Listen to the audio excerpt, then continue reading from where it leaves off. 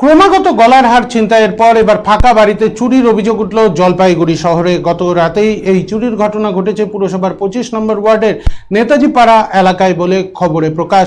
স্থানীয় সূত্রে দাবি, যে বাড়িতে ঘটনাটি ঘটেছে সেই বাড়ির সদস্যরা কেউ বাড়িতে ছিলেন না, তারা এক আত্মীয়ের বাড়িতে অনুষ্ঠানে যোগ দিতে গিয়েছিলেন। আর এই সুযোগেই চোরের দল ওই বাড়ির গ্রিলের তালা ভেঙে ভেতরে প্রবেশ করে। দুইটি দরজা ভাঙার পাশাপাশি আলমারি থেকে গহনা, টাকা পয়সা সহ অন্যান্য জিনিস নিয়ে চম্পট দেয় বলে দাবি। এদিন সকালে প্রতিবেশীরা এই ঘটনার আজ বুঝতে পারেন মাঠের মধ্যে জুয়েলারির খালি বাক্স ছাড়াও বিভিন্ন বিলের কাগজ পড়ে থাকতে দেখা যায়। খবর পেয়ে পৌঁছায় জলপাইগুড়ি কোতোয়ালি থানার পুলিশ। স্থানীয় কাউন্সিলর কৌশলী দাস সরকার বলেন, গোটা জলপাইগুড়ি শহরে চুরির ঘটনা বেড়েছে।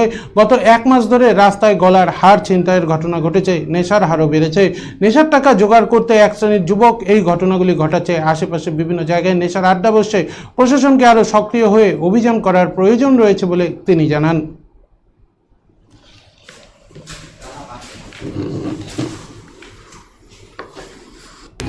হ্যাঁ, নিউজটা সত্যি শকিং।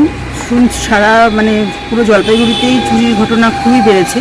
কিছুদিন গত এক মাস যাবৎ রাস্তায় গলার হার ছিনতাই করার শুনে চলেছি, কিন্তু একদম আমার বাড়ির পার্শ্ববর্তী এলাকায় এরকম একটা চুরির ঘটনা সত্যি দুঃখজনক।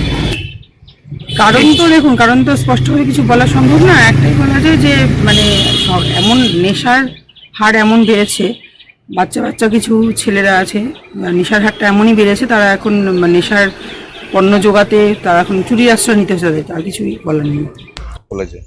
আর ওইদিকে আছে সব মাঠের ওইদিকে।